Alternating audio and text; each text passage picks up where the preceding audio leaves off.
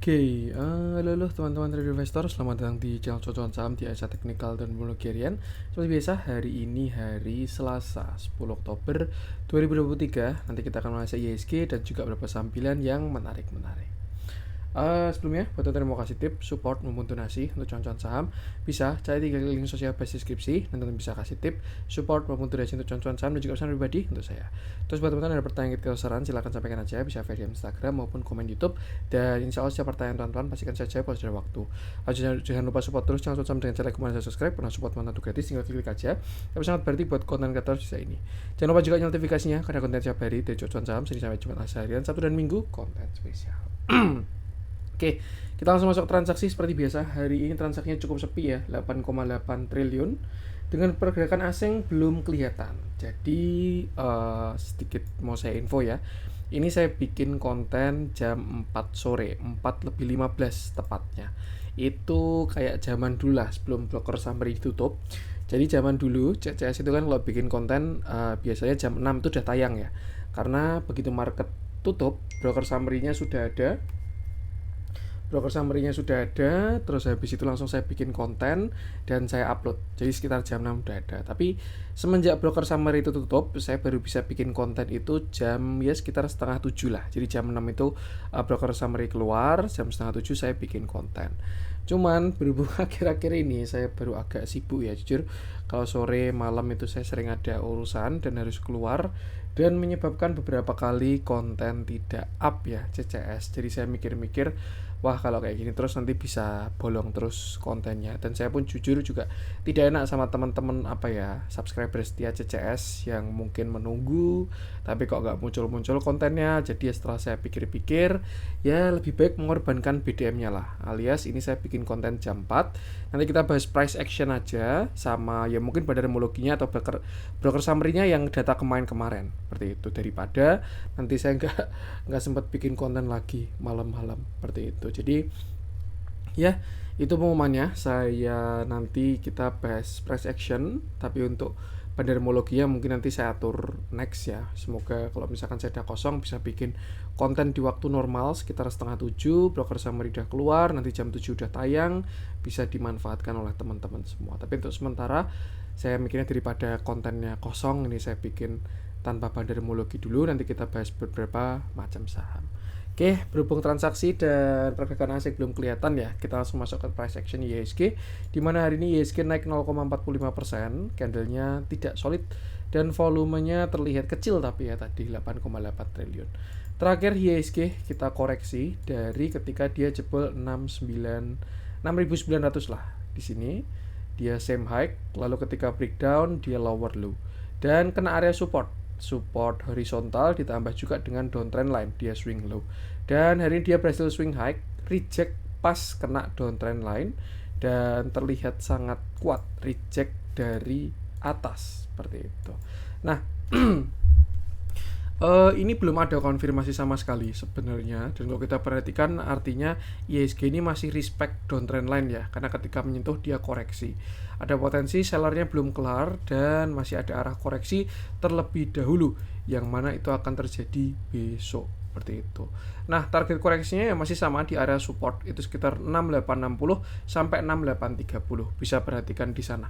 Selama tidak jebol itu harusnya oke, bahkan ada potensi ini pembentukan kaki kedua.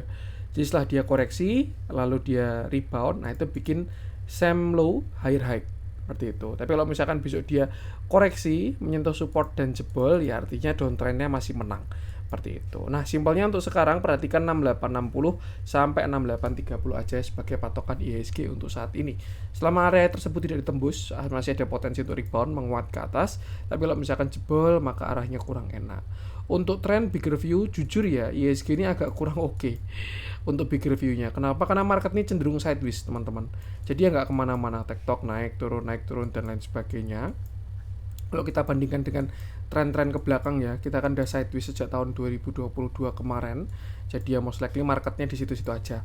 Tapi tetap ada sektor-sektor saham-saham yang kuat terus higher high alias terus bullish, dan juga ada saham-saham yang terus nyungsep ya. Ini kan market index ini kan summary ya dari saham-saham yang ada di dalam. Ya PR-nya tetap karena kita pegangnya saham-saham ya, jadi ya pilih saham-saham yang oke aja yang perform seperti itu. Market ini cuma buat patokan aja. Kalau dia koreksi ya saham-saham yang korelasinya kuat bisa di reduce dulu. Tapi kalau dia mau menguat cari saham-saham yang beta 1 seperti itu. Untuk sekarang intinya perhatikan 6860 sampai 6830. Selama tidak dijebol itu oke, tapi kalau misalkan jebol prepare untuk koreksi lebih dalam lagi. Terlihat juga ini ya, mau dead cross moving average-nya dan juga mulai merespect ya. Kita lihat menang mana antara buyer dan juga sellernya. Oke, kita langsung masuk beberapa saham pilihan. Ini yang dijual asing belum kelihatan juga. Kalau yang volumenya gede ada Goto, Inet, Meta, PRMS. Saya pengen langsung bahas yang merah-merah dan yang hijau-hijau aja. Saya pengen bahas dari PRPT. Nih udah 2 hari anaknya IPO, tapi induknya melemah terus ya. Dan memang ya most likely seperti ini.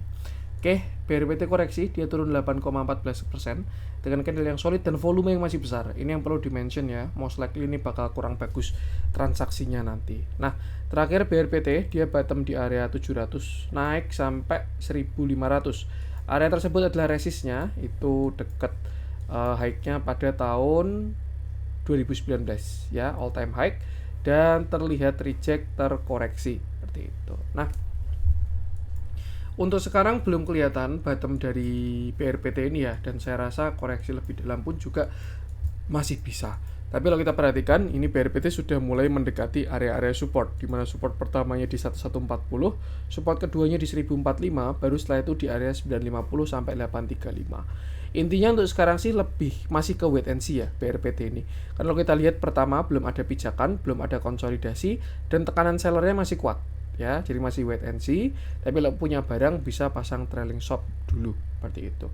Perhatikan di area-area tadi 1140, 1045 dan 950. Kalau ada respon itu harusnya bakalan bagus. Tapi kalau nggak ada, ya biarkan dia koreksi dulu aja.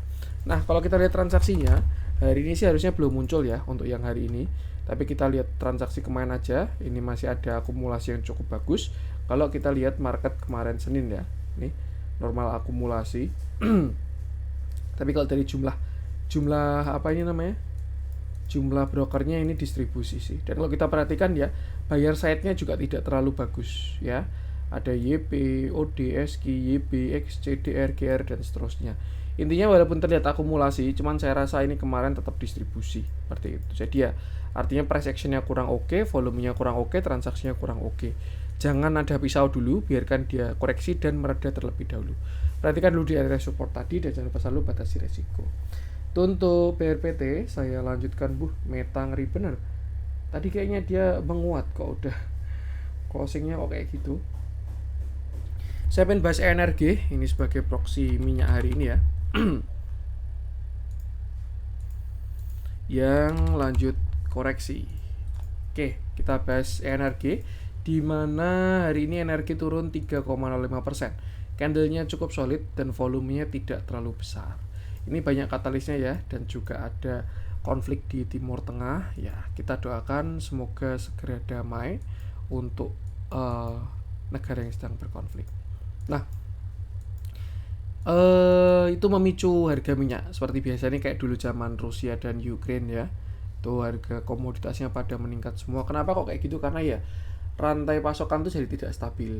Misalkan ada konflik itu kan juga membutuhkan energi yang banyak. Terus juga misalkan ada hubungan-hubungan dagang yang bikin tidak stabil, yang membuat supply chain itu tersendat lah. Jadi ya harga ikut bergejolak. Nah, di luar dari katalis, kita mau bahas price actionnya, di mana energi ini sebelumnya dia punya view uptrend. Ini salah satu setup swing juga di grup cuan-cuan saham. Terakhir dia bottom di sini 193 dan terakhir dia naik sampai 304. Satu hal yang menarik ya, kalau kita perhatikan sebenarnya kemarin energi ini masih bagus ketika dia berhasil breakout di sini.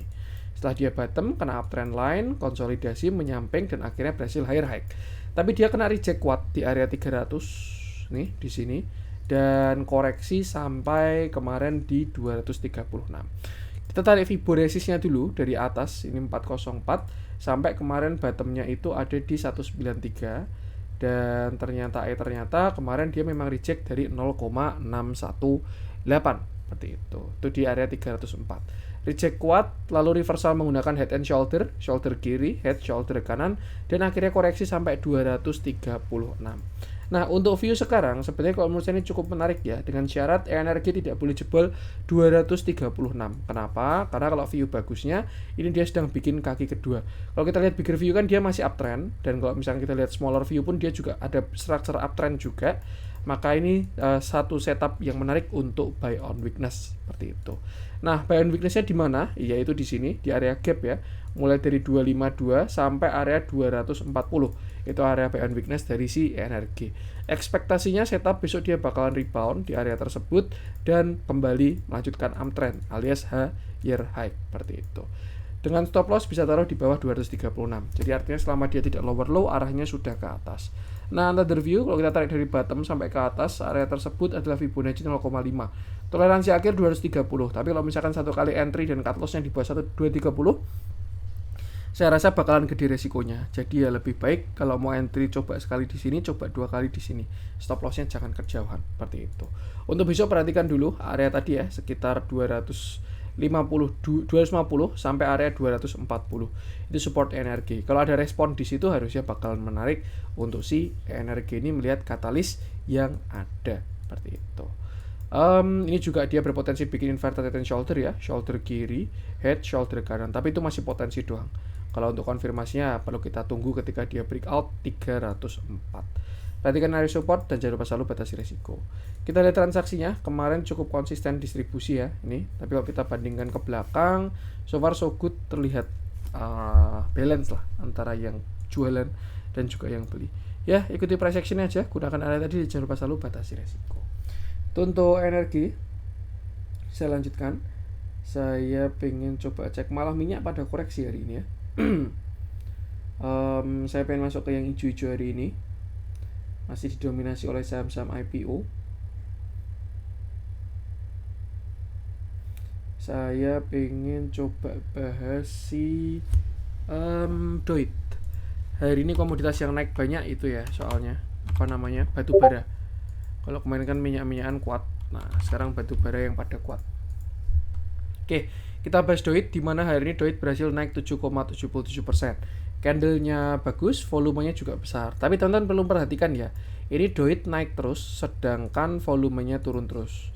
Artinya ada potensi rally-nya sudah mulai lelah. Nah, untuk pembalikan arahnya perlu tunggu konfirmasi dari price action. Ini masih indikasi lah, gejala awal pertama. Intinya volume sudah mulai menurun, yang mana naiknya sudah mulai lemah, seperti itu. Nah, kalau kita lihat price action-nya, DOIT ini sebenarnya sudah nggak punya resist lagi ya, tinggal dia di area high doang, itu di 645. Yang mana kalau dia berhasil breakout area tersebut, 645, targetnya bakalan jauh, yaitu 900 sampai 1100. Kalau break 945, seperti itu. Cuma untuk sekarang kita belum lihat adanya setup yang bagus ya untuk si DOIT ini. Lebih ke yang punya barang aja. Yang punya barang bisa pasang TS aja selama dia belum jebol, seperti itu. Tapi kalau belum punya barang, amannya sih wait and see dulu. Nah, kalau setup yang kelihatan saat ini, saya melihat ada sebuah uptrend channel, yang mana artinya pergerakan juga memang sudah mulai melemah ya, seperti ini. Ini uptrend channelnya DOIT, dan besok dia berpotensi menyentuh area swing high. Maka dari itu ada potensi untuk koreksi terlebih dahulu, seperti itu. Nah, kalau misalkan teman-teman punya barang DOIT ini dengan average yang bagus ya, untuk sekarang TS-nya bisa taruh di bawah sini, di bawah 494, itu masih oke. Tapi kalau misalkan teman-teman mau agak atas juga nggak ada masalah sama sekali. Intinya itu arah masih ke atas, belum ada konfirmasi untuk koreksi, tapi sudah mulai kelihatan tanda-tandanya dari volume yang mulai melemah, seperti itu. Kalau dari bigger view sih ada potensi besar dia uji 645 ya, tapi perlu konsolidasi lagi kalau menurut saya, karena sudah kelihatan cukup capek naiknya dari volumenya, seperti itu. Intinya itu, yang punya barang bisa pasang TS, yang belum punya barang wait and see dulu, dan jangan lupa selalu batasi resiko. Mulai beberapa ada yang merealisasikan profit sampai kemarin juga, tapi kalau kita perhatikan pun juga belum signifikan sama sekali dibandingkan akumulasinya. Jadi so far so good, masih bisa ikuti price action-nya, dan jangan lupa selalu batasi resiko. Untuk DOIT, saya lanjutkan, saya pengen bahas ADMR. Ini kemarin menjadi salah satu menu day trade di grup cuan-cuan saham ya, dan ya sudah hit targetnya di 1350 ya. Oke. Kita bahas ADMR, di mana kemarin ADMR koreksi dari 1565 sampai bottom di 1120. Ya, dia terlihat bottom dan menguat. Setupnya kemarin saya menggunakan intraday itu ada ascending triangle, di mana ini 1, 2, dan yang ketiga. Seperti itu. Dengan target terdekatnya di area 1350. Itu target day trade pendek. Nah, saya nggak pengen bahas view besarnya dulu. Kalau view kecil, kita bisa tarik Fibonacci dari atas ini ya. Itu 1570 sampai low-nya kemarin di 1120. Dan ini adalah beberapa resist dari si ADMR. Kalau kita perhatikan, dia bakal uji 1380, itu Fibo 0,618-nya. Dan kalau misalkan dia nanti koreksi, itu adalah sesuatu yang sangat wajar. Yang penting jangan FOMO, karena dia bakal mulai uji area kuat, yaitu di sekitar 1460 sampai 1380. Misalkan besok dia lanjut menguat ya, terus di area tersebut ada reject, dan terlihat mau koreksi, artinya itu adalah pullback untuk reversal. Tapi kalau misalkan dia rejectnya di 0,68, lalu koreksinya dengan volume yang kecil, retest neckline atau bahkan membentuk inverted head and shoulder, nah itu ada potensi bisa digunakan setup untuk entry lagi, seperti itu. Intinya untuk sekarang, kondisinya sudah floating profit, tinggal pasang TS. Mau sell on strength silahkan, jual sebagian silahkan, hold semua pakai TS silahkan, nggak pakai TS silahkan. Intinya kalau sudah floating profit, jangan jadi BEP, apalagi jadi loss, seperti itu. Ya, ini tadi resistnya 1350 sampai 1380. Sedangkan untuk support terdekat saya rasa masih di area sini 1275 dan juga 1235. Kalau misalkan di retracement, saya rasa masih bisa dipantau untuk entry kalau muncul setup yang bagus. Kita lihat transaksinya, konsisten akumulasi dari tarikan kemarin ya, bahkan sampai kemarin juga. So far so good, buy transaksinya juga. Tuh, ikuti price action aja. Itu untuk ADMR. Saya lanjutkan, saya pengen bahas Tekim, kertas-kertasan, dan mungkin terakhir ya untuk hari ini.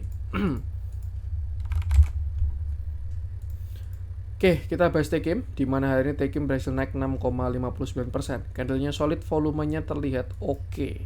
Terakhir dia bottom di 5650 dan naik kemarin sampai 10.400. Saya rasa Tekim ini enak pakai view besar ya untuk si Tekim ini.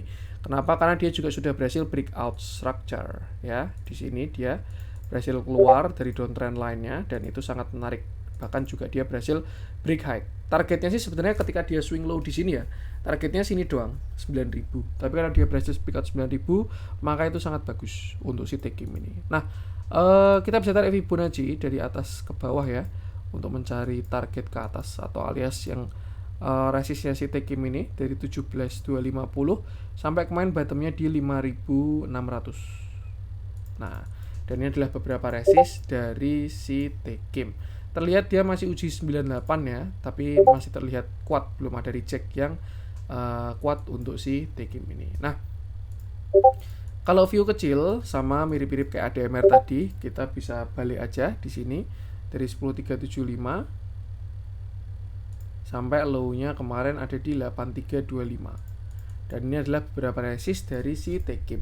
Besok dia bakal uji area pullback yaitu 9550 sampai 9900 ya. Kalau misalkan dia berhasil lewat itu cakep, uji 10375 baru higher high ke 11 ribuan ini. Tapi kalau misalkan besok dia ada reject, nah itu bisa pasang TS bagian. Untuk support saya rasa masih di 8500 sampai 8300. Dan selama nggak jebol yang 8300, TG masih oke. Jangan FOMO karena posisi sekarang cukup jauh dari support, lebih ke arah yang punya barang, tinggal pasang TS dan perhatikan area resist saja. Kalau belum punya barang, wait and see dulu, tunggu setup yang bagus untuk entry. Kita lihat transaksinya, price action bagus, transaksi bagus, masih nurut sama EMA50 juga. Ini bisa dijadikan TS berjalan juga ya, EMA50-nya. Jadi bisa ngikutin selama tidak closing di bawah EMA50. Oke, itu dulu untuk konten kali ini. Semoga bermanfaat. Mohon maaf kurangnya dari saya. Jangan lupa support terus. Channel saham dan cari kembali subscribe. Karena support untuk kritis episode seperti buat konten kreator saya ini. Sekian dari saya dan salam cuan.